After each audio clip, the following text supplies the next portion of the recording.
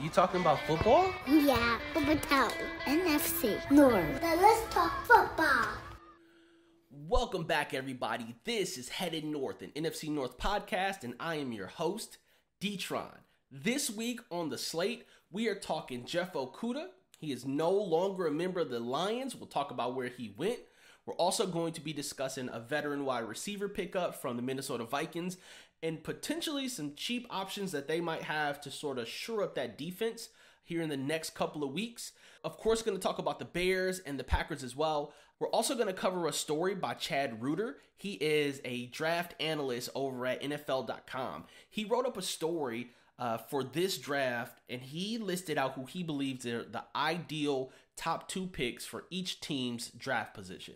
And so we're going to cover which picks he selected for the 4 teams in the NFC North, and then sort of give our insights into how we feel about those draft picks leading into the draft, which is only like 2 weeks away. All right. Before we get into our topics for the day, definitely want to let you guys know about our sponsor. Been a sponsor now for a couple of weeks. We're really loving it. Offrackshop.com. Offrackshop.com is a online thrift store. They have a great selection of women's and men's clothing as well as accessories and more. So if you have an opportunity, head down to our show description or our show notes, get the code for 15% off of your next purchase at offrackshop.com. All right, so we are actually going to get started with the Green Bay Packers today, and I am going to try not to mention He Who Shall Not Be Named. If you're a Harry Potter fan, then you know what I'm talking about. And if you're in the NFC North, you definitely know we don't want to say his name. Get him out of here. But look, I am starting to believe that much of this New York Giants and Green Bay Packers stalemate is less to do about He Who Shall Not Be Named and more about trying to jockey for some kind of increased draft position.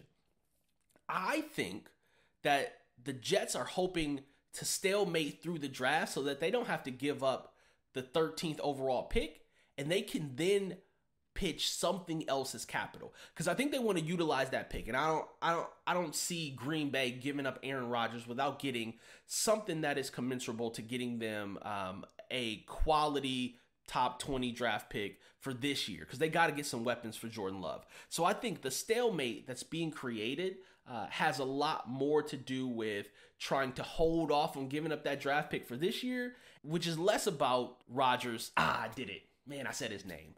Less about him trying to craft a team in New York on his own and pull some LeBron James-like strings, and more about the Green Bay Packers likely wanting too much for him right at this moment. But with that being said, I think that draft strategy will likely pay off for the Jets. It doesn't seem like staying in Green Bay is an option. So the Jets being able to utilize their first round draft pick how they want, and then also be able to offer up some sort of conditional future picks for the Green Bay Packers could get them the best of both worlds. Get them, the tools that they need right now to win, but also the veteran quarterback that they have been clamoring over basically all offseason, and then give up some capital that they feel like may not be as important if they're out winning championships in the next year or two. So I think that that's what's happening between the Jets and the Green Bay Packers. A little bit of stalemate purposefully done by both teams.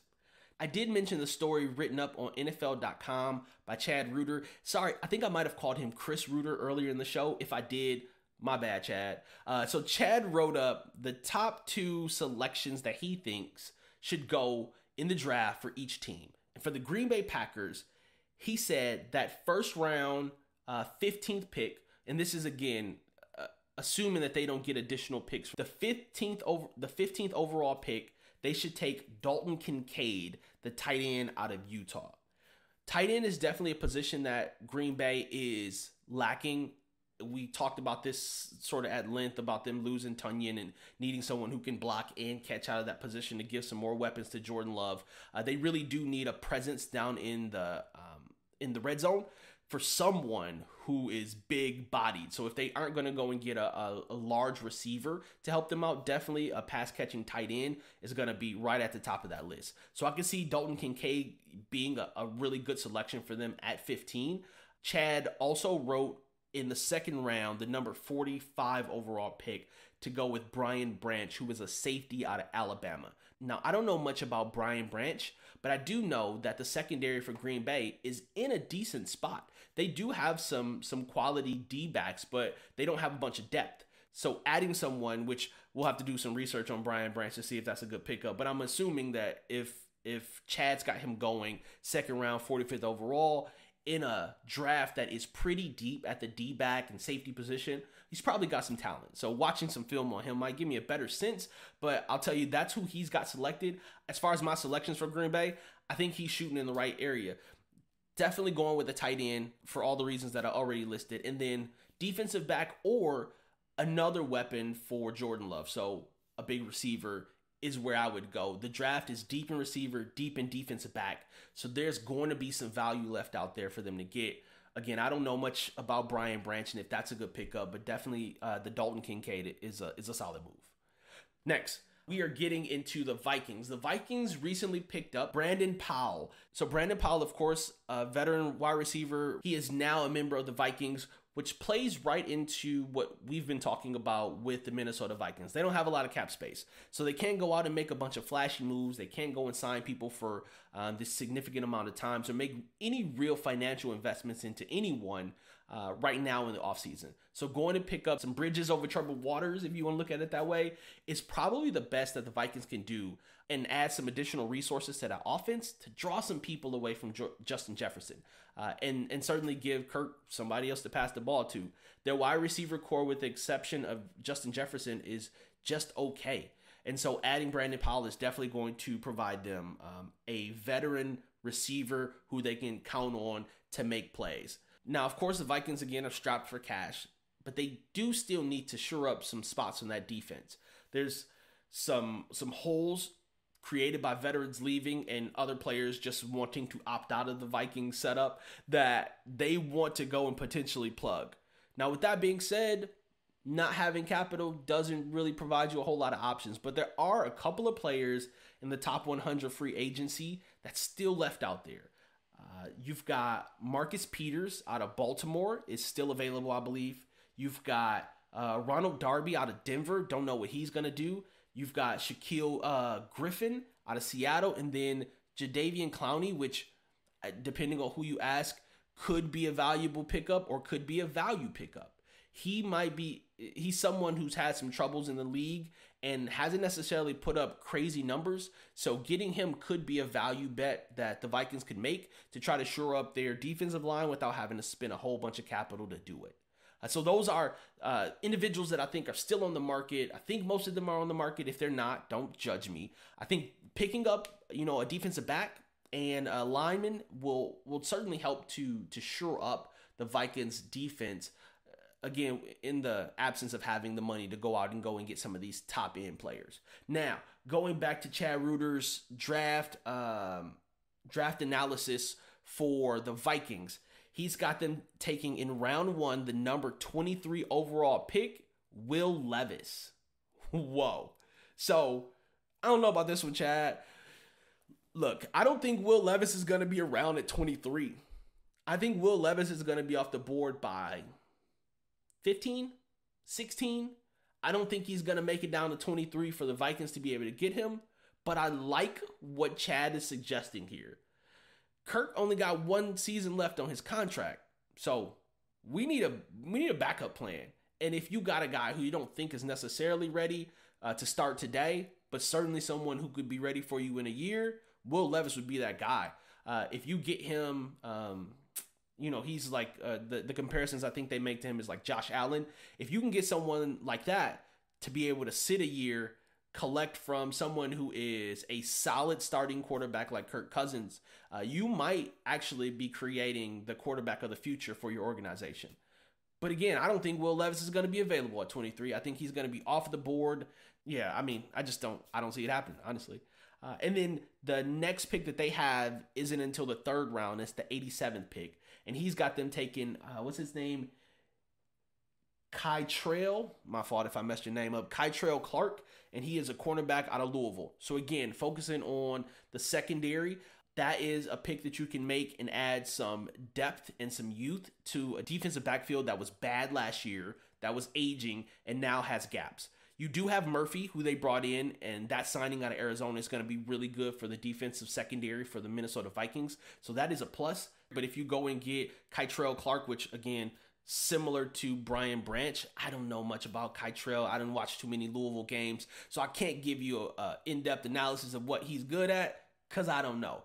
But anytime the Minnesota Vikings can provide some depth to their secondary, I'm like, do it. But again, you also have some options like Ronald Darby or Marcus Peters floating out there as some veteran presence that you could potentially bring in as well. All right, so moving on to my Lions. I mentioned in the opening that Jeff Okudah is out of here. He gone, folks. And the reason that he's gone, well, not exactly sure. They haven't exactly came out and spoke clearly about the reason that Jeff is no longer with the team. But I'll tell you this, they let him go for like a peanut butter and jelly sandwich. They got like a 5th round pick for someone who you took in the 1st round just a few simple years ago. So it leads me to believe that there was either something going on in the locker room where he just wasn't bought in, he wasn't bought into the vision, or there is some potential injury concern or prolonged injury concern that I think might be there.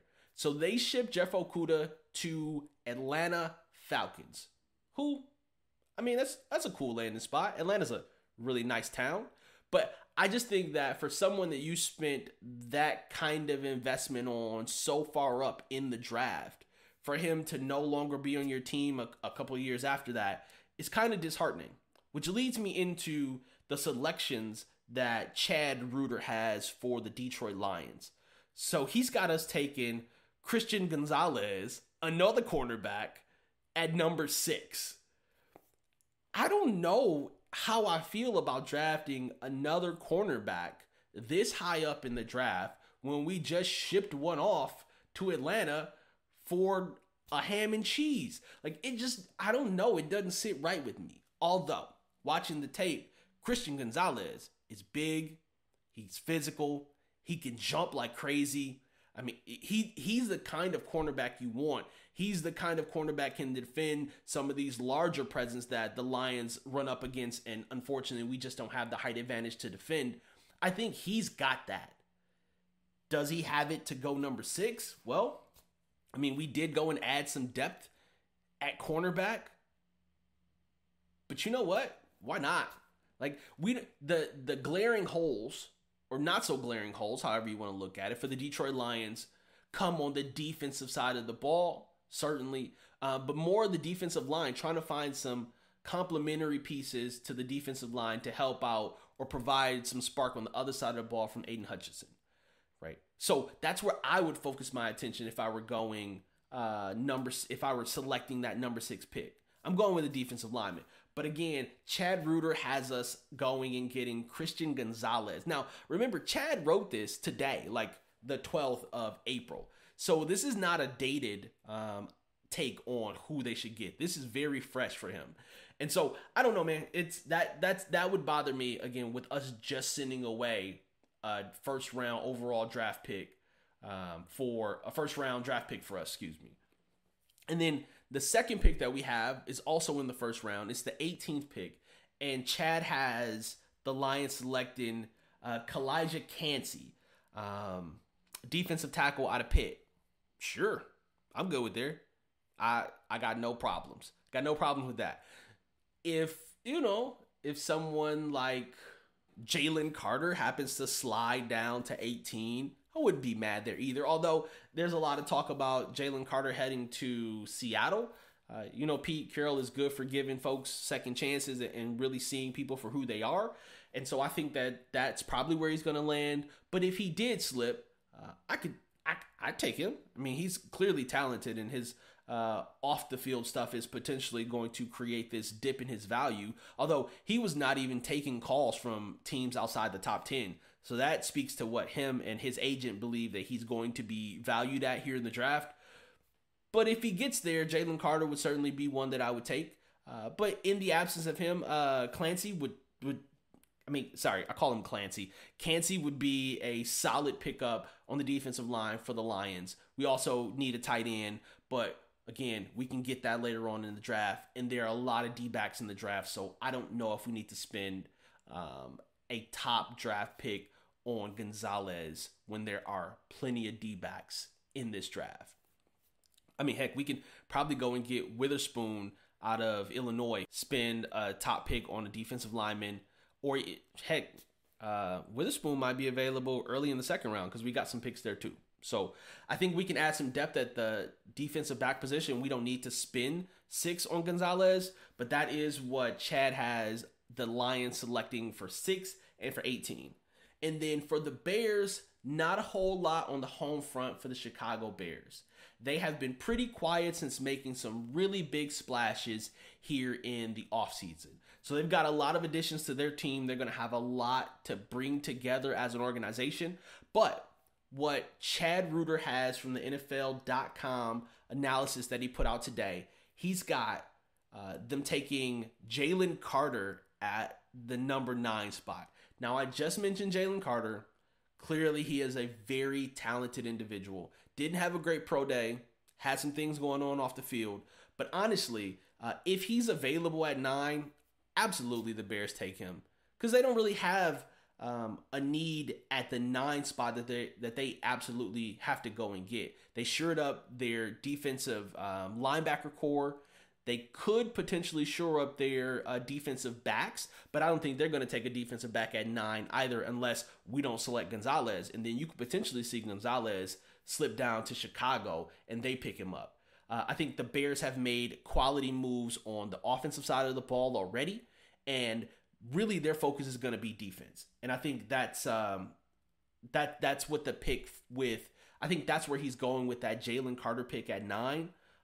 I do think Jalen Carter is going to be available there. I don't think he's going to slip down to 18 for us. But, you can keep your fingers crossed. And then in the second round, they've got Chicago Bears, or Chad's got Chicago Bears with the 53rd overall pick, taking Matthew Bergeron, offensive lineman out of Syracuse. They do need an offensive line. They do need to put a presence in front of Justin Fields so he doesn't find himself getting hurt constantly or having to scramble constantly. So I do think that some investments in the offensive line is certainly something that Chicago Bears will look to shore up in the draft if they don't go and pick up somebody in the offseason, because they still got plenty of free agency money to spend. Chicago coming into this year had the most of any team to be able to spend in cap space. So they may go after an offensive line, and certainly there's a couple of good ones out there. I think Paris Johnson Jr. also on the board. I don't know. I don't think he's going to be available at 53, but anything's possible. That's it for the teams in the North. Before we get into Around the League, do me a favor. If you're listening to us on any of the major streaming platforms, give us some stars, some likes, some thumb up. Save us if you like. And then if you're watching us on YouTube, definitely subscribe to the YouTube channel. Really do appreciate all of the support that you guys provide the podcast. And then secondly, if you are looking to reach viewers like you, individuals who care about football and things going on in the Midwest, definitely head down to our show notes or the description. Get our email address. It's headednorthpodcast@gmail.com. Send us an email and let us know how we can satisfy your advertising needs. All right. Now we're going to get into Around the League, and we really only going to talk about 2 things today. First, OBJ. I have mixed emotions about OBJ and all of the hot press that he's been getting for where he's going to go. But certainly, OBJ has been talented in the past. And I don't know where he is right now based on injuries and time away from the game. But OBJ is certainly a quality pickup for the Baltimore Ravens. And it makes it a really cool story. I bet when Lamar Jackson was reading his script for the offseason, he was like, yeah, I'm about to become the villain. He's going to be the villain that he always wanted to be. Well, adding OBJ to the Ravens could potentially create a Batman and Robin situation. You may live long enough in Baltimore to see yourself become the hero again. Could you imagine if OBJ and, I don't know, another talented individual goes to Baltimore and convinces Lamar Jackson to stay there and build with the Baltimore Ravens and come off of some of his money demands, that might actually work really well and show Lamar that the organization is focused on bringing in talent to put around him and not making him the sole reason why they win or lose. Again, you already got Mark Andrews, who is a really good tight end. But I think providing him with some weapons from a receiver perspective certainly could make it a compelling case to keep Lamar there in Baltimore. I mean, because their receivers, there's like, I don't know, 7 or 10 or 14 receivers in the league that had more receiving touchdowns than the whole Baltimore Ravens receiving core. That's crazy. You got to get some talent out there on the wings to give Lamar somebody to chuck the ball to. So adding OBJ to the Baltimore Ravens may very well turn out to be the kind of move that can keep Lamar in Baltimore. And if it doesn't, well, it will make for an interesting storyline when they finally get a new quarterback in Baltimore. And lastly, we're going to close out with Devin White wants out of Tampa Bay.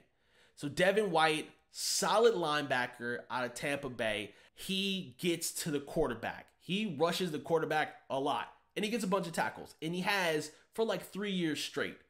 But apparently, he's done. And there was no clear understanding on why. The reports have not really told about the reasons why Devin White wants out of Tampa Bay. But it is very clear that he wants out. Tampa Bay doesn't want him to go. But Devin said, I'm out of here. Let me go sign with another team. Let me be traded. So right now there's going to be teams out potentially shopping Devin White. He would be an amazing pickup for anyone who needs a solid linebacker. I'm talking about someone who is definitely going to get you tackles, definitely going to put pressure on the opposing quarterback. He's going to be a highly sought after candidate for individuals trying to shore up the middle of their defense. So Devin White, linebacker out of Tampa Bay, looking to get out of Tampa Bay. All right, guys, that is it for the day. As always, I appreciate you coming along on this journey with us as we talk NFC North football. And as I'd like to say so often on the show, next time when you come back, and I hope you come back, make sure you got your bags packed because we are headed north. I'm D-Tron. Peace. You talking about football? Yeah, Overtown, NFC, North. Then let's talk football.